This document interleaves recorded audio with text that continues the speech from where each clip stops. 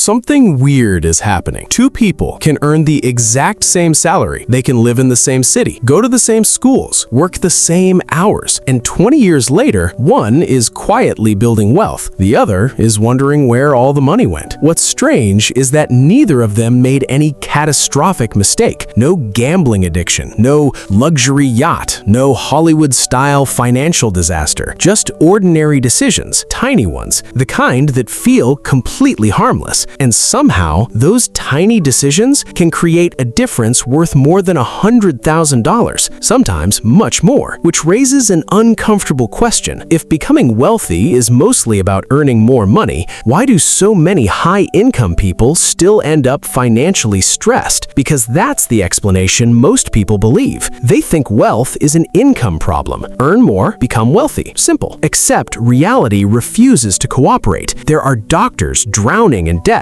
professional athletes who went bankrupt, lottery winners who somehow became broke again, and there are school teachers, office workers, and mechanics quietly becoming millionaires. That shouldn't happen, but it does. So maybe income isn't the real story. Maybe we're looking at the wrong thing entirely. And that's where this mystery begins, because hidden underneath almost every financial success story is one decision, one habit, one invisible fork in the road. Most people don't notice it when it happens, but 20 years later, they're living inside the consequences. To understand it, imagine two buckets. Every dollar you earn flows into the first bucket. Most people spend their entire lives obsessing over this bucket. How do I make more? How do I get promoted? How do I negotiate a raise? How do I increase my income? Those questions matter, but here's the weird part. The wealthy often become obsessed with the second bucket, the one nobody talks about, the bucket that determines whether money stays with you or disappears. And that's where things start getting interesting, because money behaves differently than most people think. Most people imagine wealth as a giant pile of cash, but wealth is actually more like a snowball rolling downhill, tiny at first, almost laughably small, then suddenly enormous. The problem is that the first few years are boring, painfully boring. In fact, this is where most people make the $100,000 mistake, not because they're reckless, because they're impatient. Imagine someone saves $500. They invest it. A year later, it becomes $540. Nobody gets excited. Nobody throws a party. $40 feels meaningless. Meanwhile, a friend buys a new phone, a weekend trip, a fancy dinner. The rewards are immediate, visible, Instagram-friendly. The investment feels invisible. The spending feels real. Human brains hate this trade. We're wired for immediate rewards, not future rewards. If evolution had invented compound interest, cave people probably would have survived a lot longer. Instead, our brains evolved to chase the fruit hanging right in front of us, not the orchard that appears 20 years later. And this creates a hidden conflict, because the financial world rewards behavior that feels emotionally wrong. Delayed gratification, patience, consistency, the exact things humans naturally struggle with. But here's where the story gets even stranger. The biggest wealth destroyer isn't spending, it's lifestyle inflation, a phrase that sounds boring enough to put a caffeinated squirrel to sleep, but it quietly destroys fortunes. Here's how it works. You get a raise, life improves. Makes sense. You move into a slightly nicer apartment, buy a slightly nicer car, eat at slightly nicer restaurants. Nothing extreme, nothing crazy, just upgrades, tiny upgrades. The problem, every upgrade becomes permanent. Your expenses rise, your expectations rise, and suddenly your raise disappears. Then another raise arrives, and the process repeats again and again and again, like a treadmill that slowly speeds up. Most people think they're moving forward. They're actually running in place, which leads to an even bigger question. If lifestyle inflation is so dangerous, why do so many people fall into it? Because entire industries are designed around encouraging it. Think about it. Advertising doesn't sell products. Advertising sells identity. You're not buying a watch, you're buying success. You're not buying a car, you're buying status. You're not buying shoes, you're buying a story about yourself. And that's powerful, because humans don't compare themselves to spreadsheets, they compare themselves yourselves to other humans. Your neighbor gets a new SUV, suddenly yours feels older. Your coworker upgrades their house, suddenly yours feels smaller. Nothing changed except perception, and perception is expensive, very expensive. But we're still not at the deepest layer, because the biggest wealth destroyer isn't spending money, it's misunderstanding time.